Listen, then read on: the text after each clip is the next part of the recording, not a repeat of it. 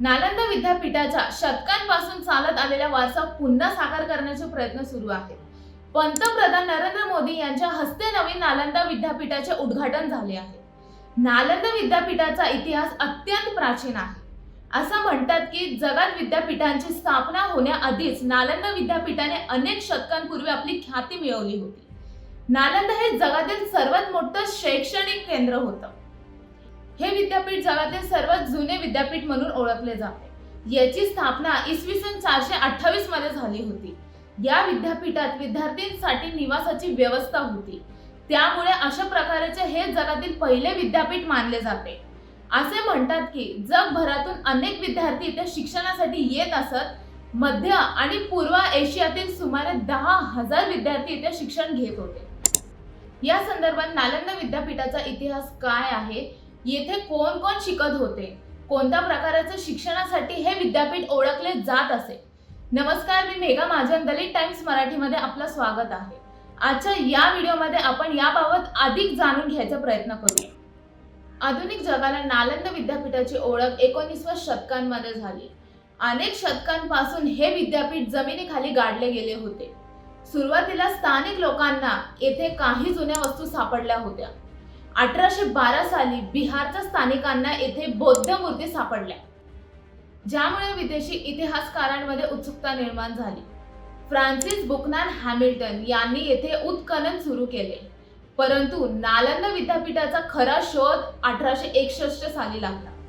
याचे श्रेय Alexander Cunningham यांना दिले जाते। सम्राटांच्या काळात नालंदा विद्यापीठाची स्थापना झाली। गुप्त सम्राट हिंदू होते, परंतु त्यांना बौद्ध तत्वज्ञानाबद्दल सहानुभूती होती, म्हणून त्यांनी विद्यापीठाची स्थापना केली। या विद्यापीठात विविध अभ्यासक्रम शिकवले जायचे। मुख्यतः वेदशास्त्र, तर्कशास्त्र, बौद्ध तत्वज्ञान, गणित आणि खगोलशास्त्र यांचा अभ्यास केला जात असे। 6व्या शतकात आर्यभट्ट हे या विद्यापीठाचे प्रमुख होते असे मानले जाते।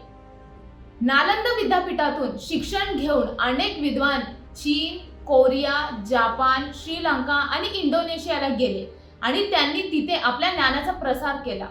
युनेस्कोच्या जागतिक वारसा स्थळांच्या यादीत नालंदा विद्यापीठाचा समावेश आहे।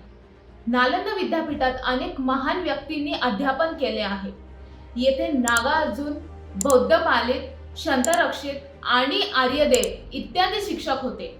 या विद्यापीठात शिक्षण घेणाऱ्या विद्यार्थ्यांमध्ये परदेशी विद्यार्थ्यांचा विशेष उल्लेख करावा लागतो। चीनचे प्रसिद्ध पर्यटक आणि विद्वान हॅनसंग, फैहान आणि एत्संग येथे कधीतरी शिक्षणासाठी आले होते। हॅनसंग नालंदाचे आचार्य शीलभद्र यांचे शिष्य होते। माहितीनुसार हॅनसंग 6 वर्षीय या विद्यापीठात शिकले आणि त्यांनी कायद्याचे शिक्षण घेतले। नालंदा हे एक परिपूर्ण विद्यापीठ होते। इथे 9 मजल्यांचे ग्रंथालय होते, ज्यात जवळपास 90 लाख पुस्तके होती असे सांगितले जाते। विद्यापीठात 300 खोल्या आणि 7 मोठे हॉल होते। कॅम्पस अनेक एकरांमध्ये पसरलेला होता। या ग्रंथालयात आग लावण्यात आल्यानंतर ते 3 महिन्यापर्यंत जळत होते। यावरून ग्रंथालयात किती पुस्तके असावीत याचा अंदाज येतो। ग्रंथालयात भारतीय इतिहास आणि विविध विषयावरील पुस्तके ठेवली होती। नालंदा विद्यापीठामध्ये विविध क्षेत्रांमध्ये ज्ञान प्रसारित केलं जात होता। जे कुठेही शिकवलं जात नव्हतं ते इथे नालंदा विद्यापीठामध्ये शिकवल्या जात होत्या।